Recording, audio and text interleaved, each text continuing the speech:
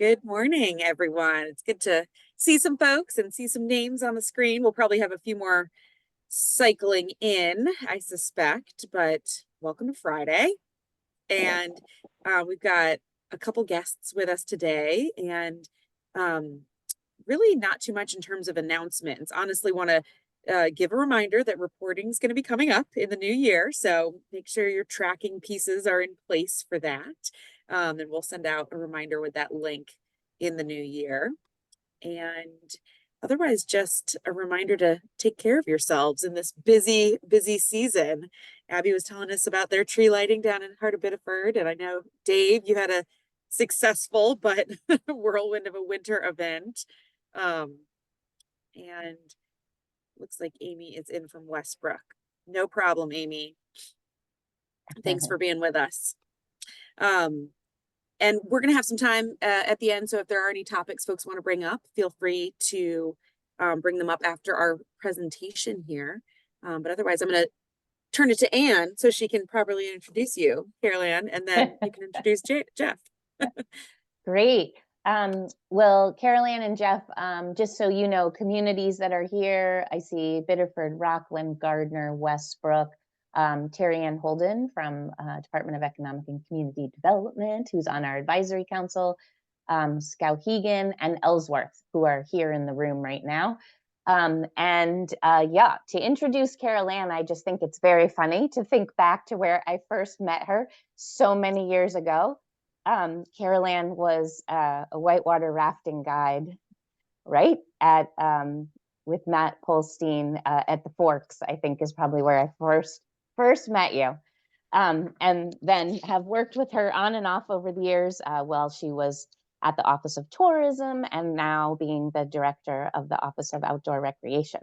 So Carol Ann and I often end up in meetings together or brainstorming sessions together because there is such a connection between the outdoor recreation economy and the downtowns. They really are a symbiotic relationship. They need each other, I would say. And we always are trying to figure out ways to work together. And I know, Carol Ann, that I have an interview with your research group or whatever on Monday to talk about that connection, who's doing some actual planning for the outdoor recreation economy. So anyway, I will turn it over to Carol Ann, and Carol Ann, I will either let you introduce Jeff or let Jeff introduce himself, but you can take it away and we'll monitor the chat. Go ahead. Great.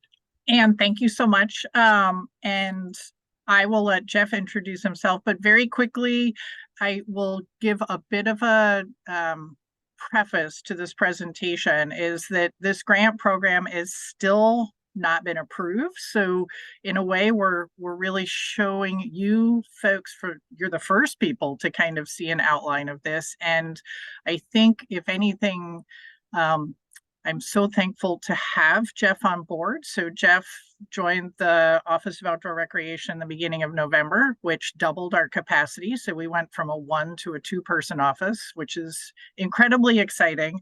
And yeah, so this grant program we're going to outline, and we'd love feedback, was actually supposed to launch. We're about 9 months behind. So with Jeff here, he has really dug in and started taking all my notes from the last year and putting them into something that's usable and is close to a point of being presentable to EDA for their review and approval. But Jeff, I'll let you do a little intro of yourself too. Thanks, Carol Ann. Thanks everyone for the invite this morning. It's great to be working in the Office of Outdoor Recreation. Most recently, I've been working as a lobbyist at the State House, but I have over the last 20 years worked in natural resources as well as recreation. And it's just really exciting. I do appreciate all the work that you all do. Our family is big supporters of all of that work, and you know, not only just here in the community of Skowhegan where I live, but around the state. You know, we are drawn to downtowns, and when we are recreating around the state, we do find ourselves in many of your communities. So just excited to dive in and really excited to link outdoor recreation with the work you're all doing and probably will be in Main Street, Skowhegan at lunchtime today, as well as, doing some shopping this afternoon and getting very festive. So great to be here and looking forward to working with all of you. That's awesome, Jeff. And just to chime in, Ross Cunningham is just coming in from the town of Lisbon. Ross, we're talking about outdoor recreation and their new grant program. That's excellent. I'm actually meeting with outdoor recreation people in about an hour. Perfect. How timely. This is super. So I have got a few slides just to help kind of work through this discussion. And of course, now I can't get to, hold on, I'm going to do something else here to make it easier.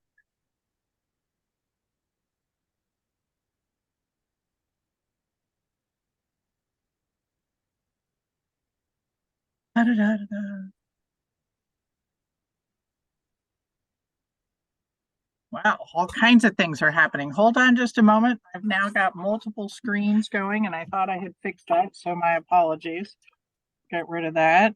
Don't worry, this happens to us all the time. We'll be trying to do something. It'll be like, we're updating now. So we know, no worries. That's true too. All right, let's try this one more time.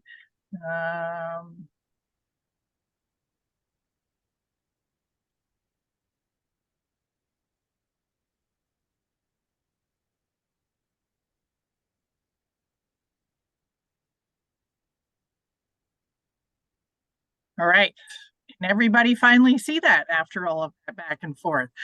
So this morning, we're just going to take a brief period of time to give an overview of where we feel this program is headed. And I think we're pretty close. Again, just to remind everyone that this has not been announced or launched. This is still in development and will need to go to the EDA for their approval and review and approval.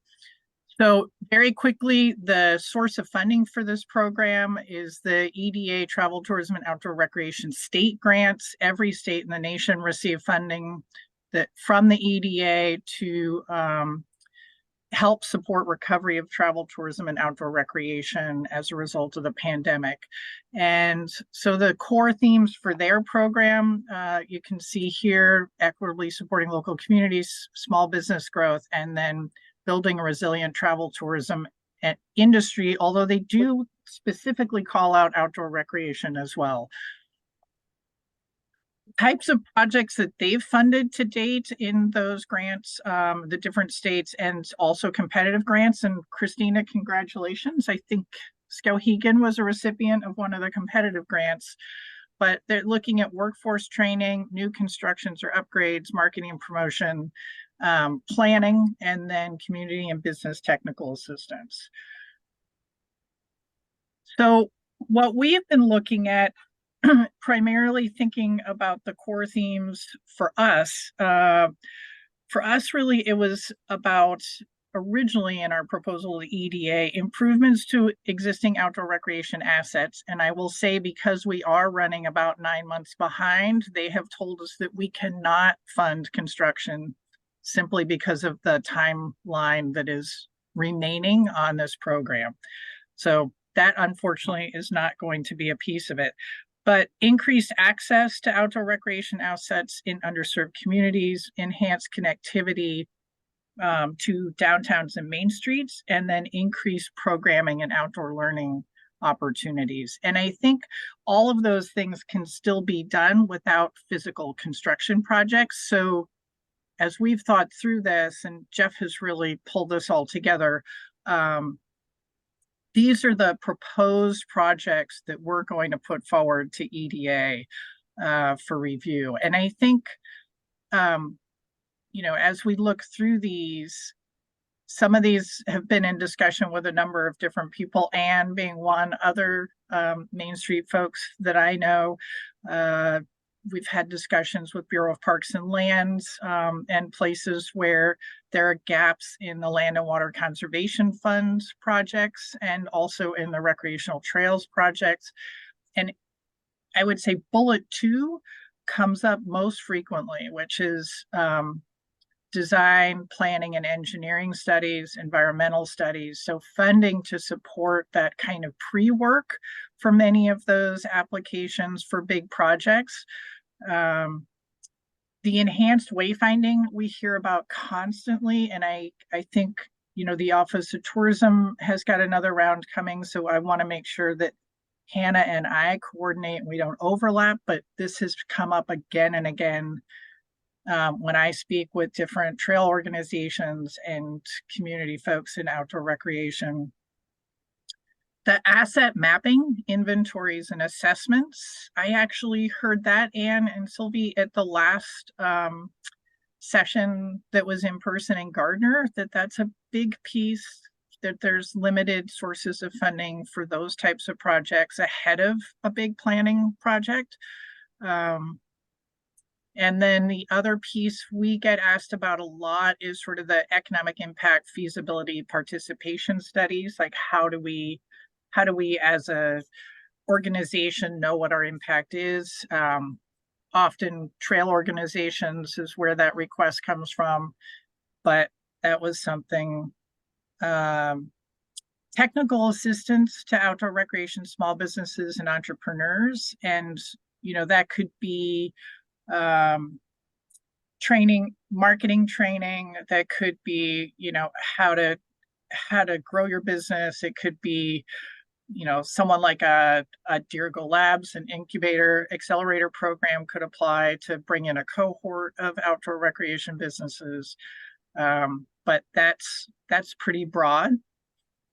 Outdoor industry workforce training and development. We've had, just having finished the Maine Outdoor Economy Summit, there's a number of really interesting programs that are happening around guide training, sort of apprenticeship, outdoor leadership, skills building programs.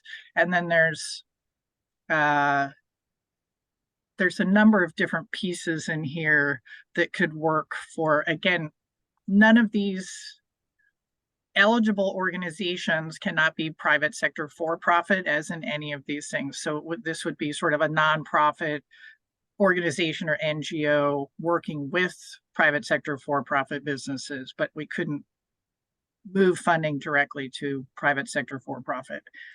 And then finally, this outdoor recreation programming, sort of outdoor equity piece, increasing access. So places like Trekkers and Ripple Effect and Sail Maine and Maine, the Adaptive Outdoor Education Center, just thinking about different groups that are working with different types of communities, particularly underserved groups that have not traditionally had access or the skills or the ability to get outside. So that's kind of where we are on projects. And I'll just go one slide more and then we can flip back to that just for people to help us see what people think. Or actually, we can hold, I'm trying to think of the next slide. So program details. I'll go through program details and then we can go back. Because we're late, we're hoping this will be a pretty fast-tracked one round, simply because there's not much time left in this program overall. But we would anticipate getting some approval and launching probably later January, because it would have to go through EDA. We do one cycle, probably closing mid to late April, with 1-year contracts starting the July 1 state fiscal year timeline. Grant amounts, we're looking potentially minimum 50,000, maximum 200,000. The asterisk is there because Jeff has spent a lot of time looking at Vermont's program. And one of the interesting things that Vermont did as sort of a separate piece is for the outdoor equity projects, they didn't have a minimum, because often those organizations that are working in those spaces are so small that even managing a $50,000 grant is a challenge from a capacity issue. So we may do some type of special compensation for outdoor equity focused projects. The total amount we set aside with this grant was 3.5 million.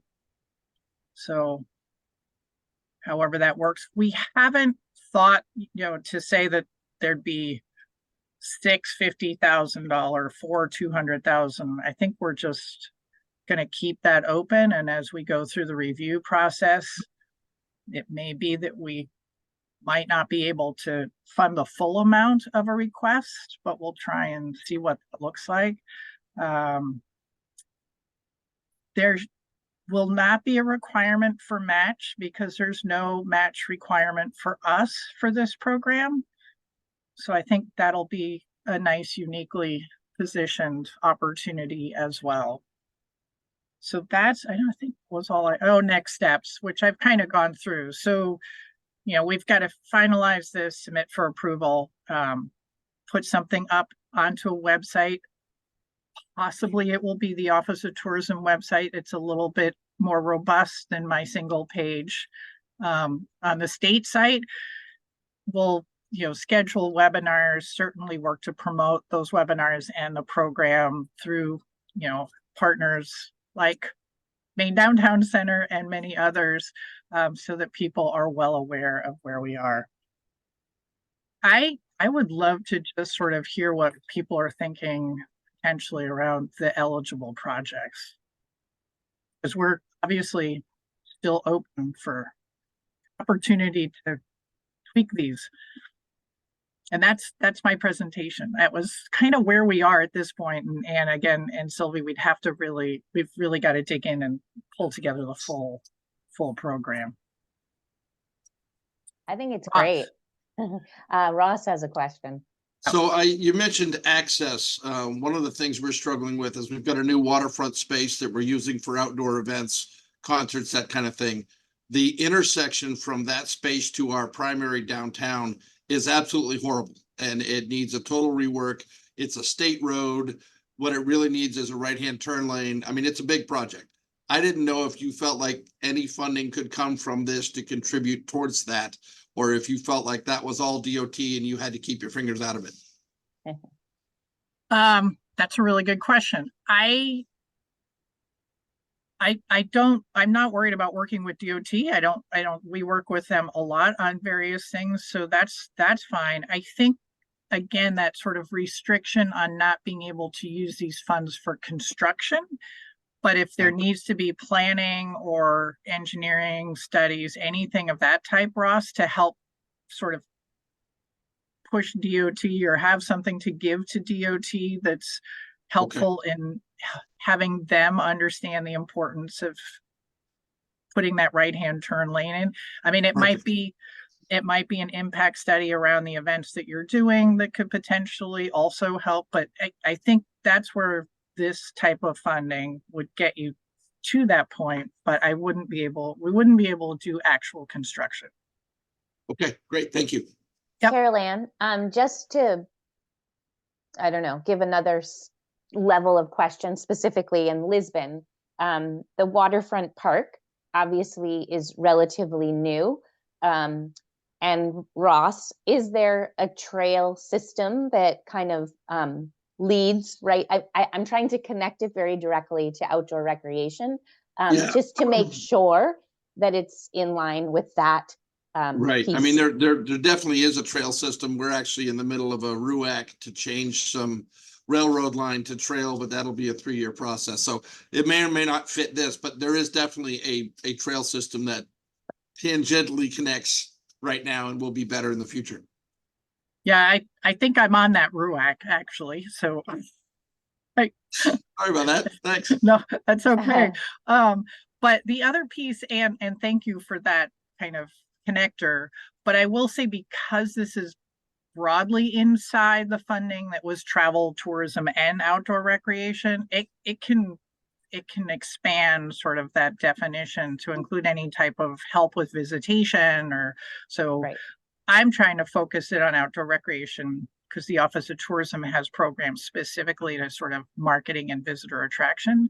But it can be broader too. Great. So. And I obviously try to connect it too, because so many of these, you know, Main Street and affiliate programs have those trail systems, have those boat launches, you know, have those way to connect their downtowns to outdoor recreation. So I'm like, why not go there? Dave. Thanks. This is very, very timely. I was just in a meeting yesterday with our Harbor Trail Committee and a potential funder where we're talking about doing wayfinding and programming, trying to better connect our Harbor Trail to our downtown and increase some of the equity and access around those spaces. Sorry.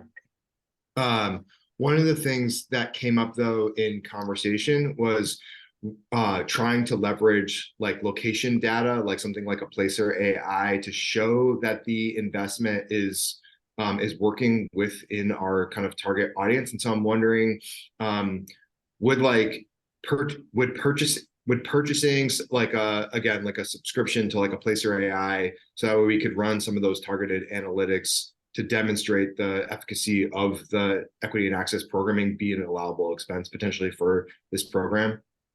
I actually will add that to the fourth bullet, because that type of thing, that feasibility participation kind of user data and study analysis, to me is critically important long-term when we think about resiliency recovery. Like, what does this mean? So I see that as being part of that economic impact feasibility and participation study line, but I think adding something more specific kind of around user data collection could be super helpful, David, for us into the grant program. So yes, a long way around that is yes, that to me would make sense as an allowable project. Okay, thank you. That's really helpful. This is something that, again, we're going to be actively working on. So really right. Thanks for. I'll add it in. Again, fingers crossed EDA agrees with us, but that's, I don't see that as being something where that wouldn't be very helpful for planning. Thank you. Great. Other questions? Cara. Cara. I'm sorry, I can't really raise my hand. We are working on a project, and it's to sort of make one of our urban trails here in downtown that runs along the Union River, to have it be a sculpture trail. And we're working with a consortium of artists who did the Schoodic International Sculpture Symposium quite a few years back. Right.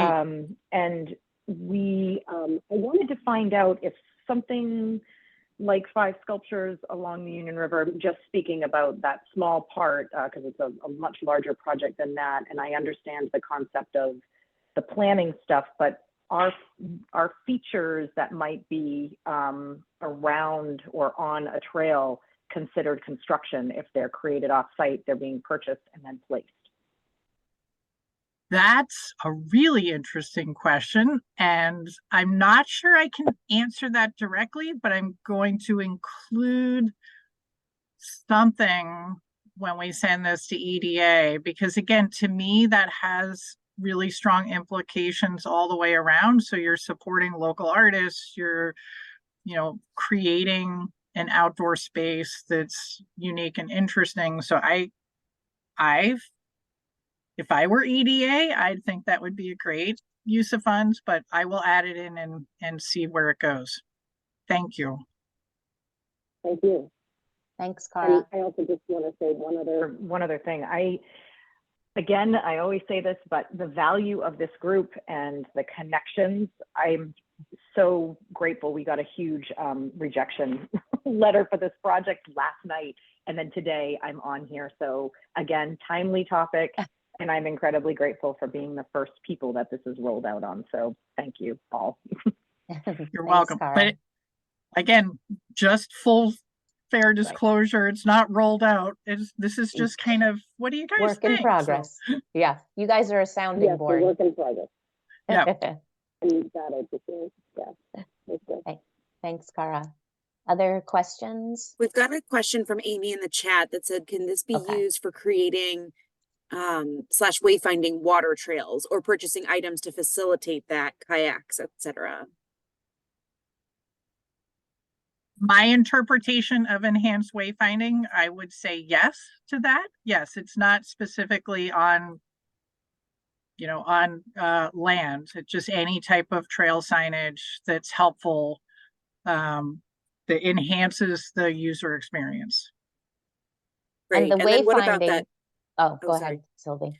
I was going to move to the second part of the question, so go ahead. Well, just to clarify, Carol Ann, because I had made a note during your presentation, wayfinding, planning, we have lots of needs for that in these communities, but not construction of the wayfinding. So, right. I'm just wanting to That's- make sure that Well, so that's going to be the one sticking point, I guess, I'm going to have with EDA. So I think when they were thinking construction projects, as I've read through the specific award conditions, they're, thinking Yeah. more like around, facilities. right. So Ross's question about constructing a special turning lane for an event space. I think they were talking about, enhancements to convention centers. So I'm Right. hoping I may be able to get Okay. away with like trail signs and kiosks, without going through the full NEPA process, which is one of the things that holds up construction also. Great. I So, figured that fingers was the case, crossed. but it's Yeah. TBD. Okay. Right. Yeah. Sylvie. And then just to pull out the second part of Amy's question, in terms of equipment purchasing, kayaks, et cetera. So that's really interesting. And Jeff must be smiling because he and I have gone back and forth on this because we were thinking about gear libraries and again, outdoor recreation programming organizations and how actual equipment purchases could be helpful. We've had a lot of requests for trail counters. So Jeff, and I think maybe we'll add that back in and see how it flies. We just were wondering if that didn't get sort of, what are the parameters on equipment? Because we've also had people ask us for, snowmobile trail groomers, and then you're talking $375,000. So I just, I want to be careful to understand how we define equipment. And I think that's why we pulled it out. But I know it's a big need. In the other piece, we need to figure out if that's allowable as a procurement piece. Yeah. So just figuring out, it's a little different, I think, than signage, so. Yeah, I forget what the equipment line is in EDA because we manage a lot of EDA grants. I feel like it's like something like below 10%. I feel like there's a percentage that can be used for equipment, but obviously you guys have to see. Yeah, and there's the, I think it's been amended, but the original piece was that everything had to be made in the USA. Oh, right. And I think I thought I saw somewhere that there was an amendment that if it was under $500,000, there could potentially be some wiggle room there, but I'd have to look too. Great. So we'll find out. Christina. This is awesome. Can I, so my question is, what if we have projects that fit under a number of these things and we wanted to throw it all into one grant application? I'd say Awesome. go for it.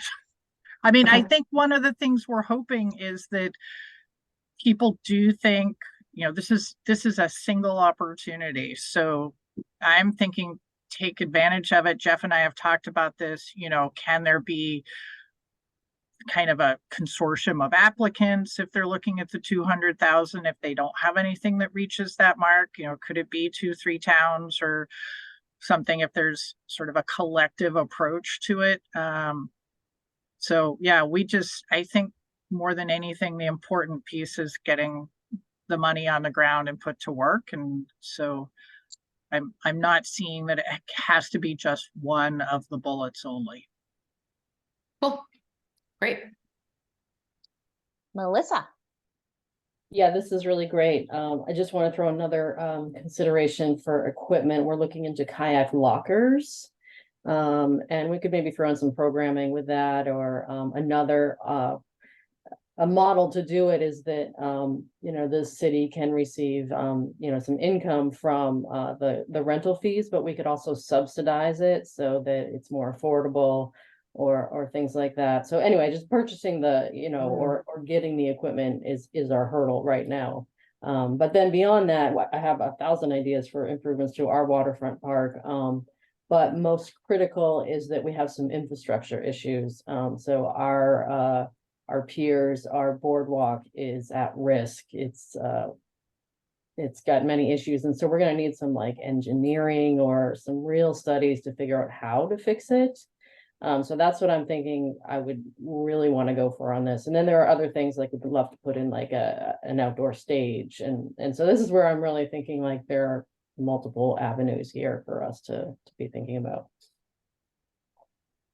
Yeah, there are other places looking at the equipment lockers too, so that's another piece certainly to consider in that equipment one. Yeah. Melissa, the one thing is you mentioned the outdoor stage. Right, that's probably not gonna fit. That's probably not going to fit. Yeah, okay. I just wanted to clarify that. Sorry, I'm Certainly just throwing off all the the engineering studies for the ideas. pier and the waterfront access would. What do you think about restroom improvements or construction?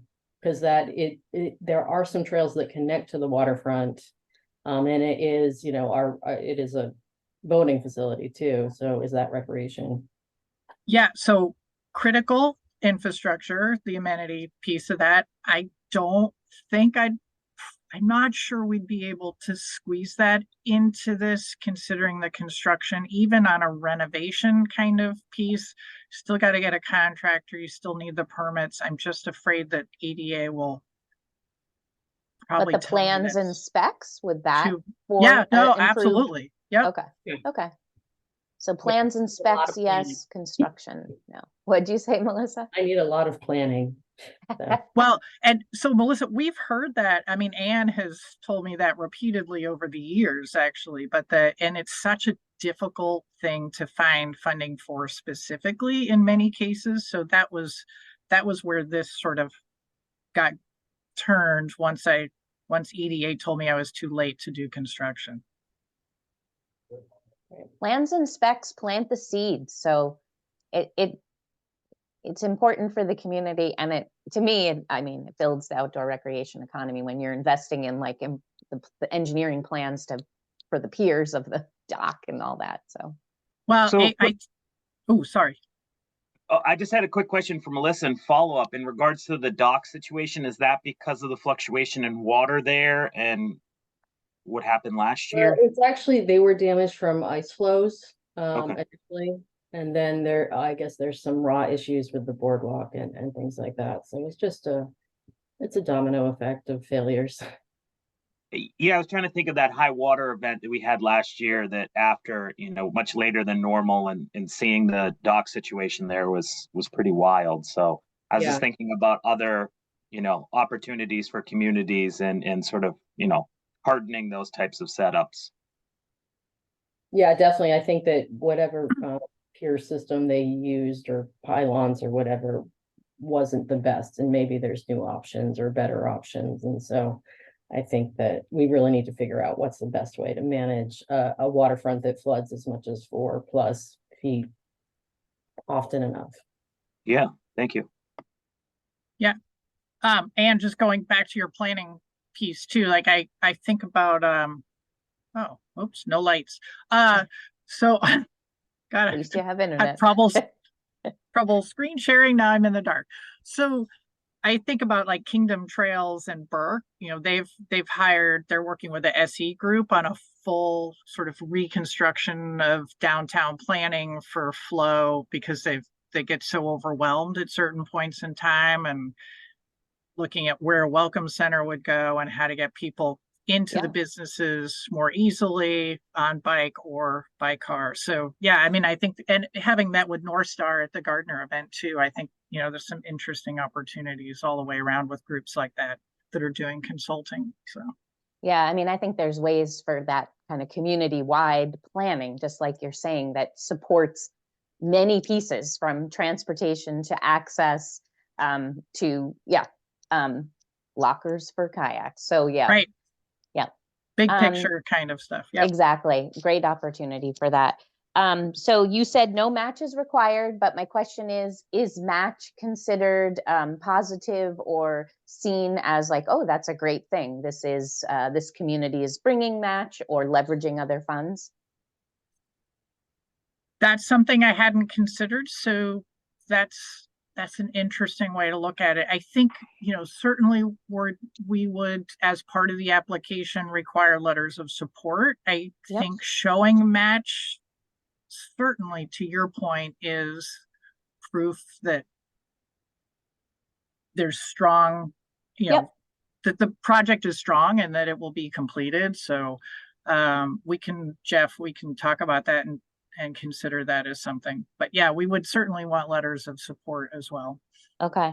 And partners. So a lot of the Main Street organizations have partnerships with land trusts, other outdoor recreation partners. And obviously there'd be one lead applicant, but is there space and or positive review related to like good collaboration and partnership? Yes, that certainly was a consideration as Jeff and I talked about how this would roll out. I think that's really important because that's just going to help grow this work in a more cohesive manner. Yeah. So. And a sustainable way, frankly, right? Yeah. And then my last question is related to entrepreneurs and marketing training. So a number of these communities are part of our entrepreneur ecosystem work. Christina and Ross were both two of the three pilots. Monson was the third. And then I'm looking around the room. Biddeford, Westbrook, and Ellsworth are part of the second generation of that work and who's in their implementation phase right now and always includes this kind of component of supporting entrepreneurs. And specifically in Skowhegan, they're trying to grow the outdoor recreation economy and attract, outdoor recreation entrepreneurs. And not to speak for Christina, but I just think there's a lot of space in there. And I didn't know if you had anything else to add to that particular item. No, but we would appreciate anything you'd like to add to that particular item that might make it a stronger, more understandable bullet. So I can probably do that. Please let me know. Okay. I would throw in so I was wondering if we could use money there for like the pitch competitions that we run locally. So like a pitch prize, something like that. Probably not for the prize, but that's something I can ask EDA. Usually they're a little funny about sort of the cash gift card thing. Yeah, we did through a Department of Interior National Park Service grant, like get flagged on a prize. Like there's language that relates to that, Christina. But I'm sure, like based on, language that I would hope these guys would include, an event, a program supporting the cultivation of outdoor recreation entrepreneurs would be like fantastic, just not for the prize. Right. Yeah. And what about staff time for any of this stuff? Is that going to be an option for funding? We're going to try and include some administration overhead in this. I think traditionally it hasn't been a big piece, but EDA, if you go back in, they talk about building capacity. So we're gonna include, we've gone back and forth between like 10 or 20%, but we're gonna try and include some type of administration overhead. Cool. That's great. Right. All right. Melissa, one more. Yeah. Do you have a sense of what the reporting and sort of administrative needs would be on this? I know sometimes because it's federal money, there can be a lot more stuff that you have to go through. Yeah, so actually, because I'm in the midst of one right now for the part of this funding supported the Outdoor Recreation Economy Roadmap. So just working through the reporting with the university. It's at this point, EDA is just asking for, not quarterly, they're asking for 2 reports a year, 2 progress reports a year. And then there's a yearly financial overview at the end of 1 year, and then you have to do that financial overview as a final 45 days after the project closes. So you may be doing them almost back to back, but it still has to be like end of year and then after the project closes. So it's, and what I think we're open to doing is invoicing on a monthly basis. I'm invoicing quarterly with the university's invoicing me quarterly, but it could be monthly as well. And then the reporting would be those 2 progress reports and then a final closeout. Great.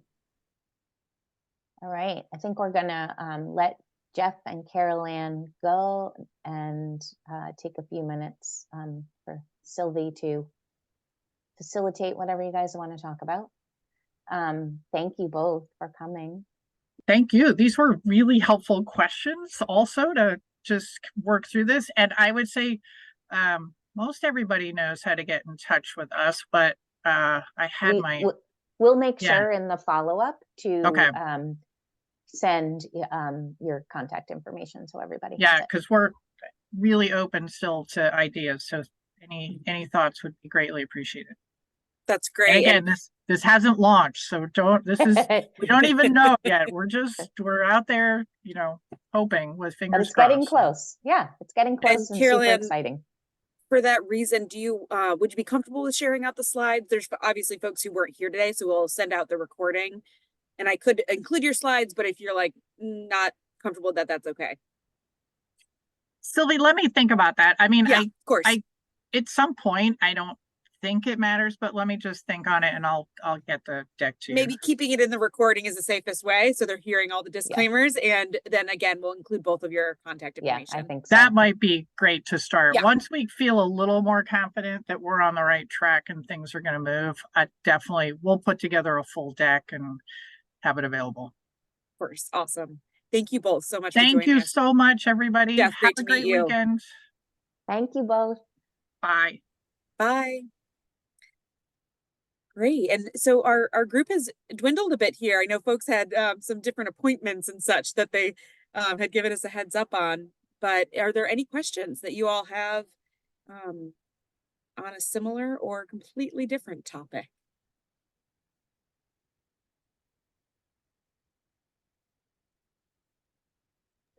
If it's a quiet morning, that's okay. We did want to mention that we are putting together our 2024 events calendar, and we have most of those dates locked in. We're still waiting, I think, to hear back about 1 or 2 that are kind of with partner organizations, but we'll be releasing that 2024 events calendar soon. And then otherwise, reminder about reporting for Main Streets and affiliates. It'll be due end of January, so just make sure those tracking pieces are in place. Can I bring something up? Just mostly maybe a call I would have just made to Anne, but I might as well just say it here. So we're starting to really look into sort of like I guess the term is like demolition by neglect, like really inspecting our buildings that are starting to deteriorate and vacant building owners and things like that. I just don't know if you guys had an example of a town that really, I mean, I've heard like a couple, but if you know of anybody that really has some great ordinances or how they're doing it and it's working well, throw it my way. You did get my email about I did. Sanford, right? Yeah. Sanford. Sanford. Melissa, we should talk. I'm knee deep in that same conversation. Right. So it's how to get, houses that are totally abandoned and the doors flapping in the breeze, but it's owned by a bank in Florida, how to fix that. So let's talk. I've been working on that for about 6 months. Great. Sounds good, Russ. Christina. So it's important for me to get on my calendar when I have to travel to a Main Street community to be a peer reviewer as soon as possible. Is that an option to just go in and look at that same spreadsheet and just add a column? Or last I looked, we were still waiting, but let me take another look. And then absolutely, I'll try to send that out today if it's in a far enough along place that there's enough communities signed up that we can do that. That's a And great while I love nudge. going to Biddeford, I've been down there multiple times because I somehow missed the boat and have to travel all the way to Biddeford, which is literally the farthest away from me. So Right, thank you, Delilah, but yeah, We'll get you It's closer over. this year. yeah. yeah, definitely. Thanks. That's a great reminder. Yeah, we're trying to be one step ahead on the calendar, you know, Main Street Directors Retreat in Westbrook. We've already reserved rooms. Like, we're trying to be way ahead of you guys. All right. Anybody have anything else?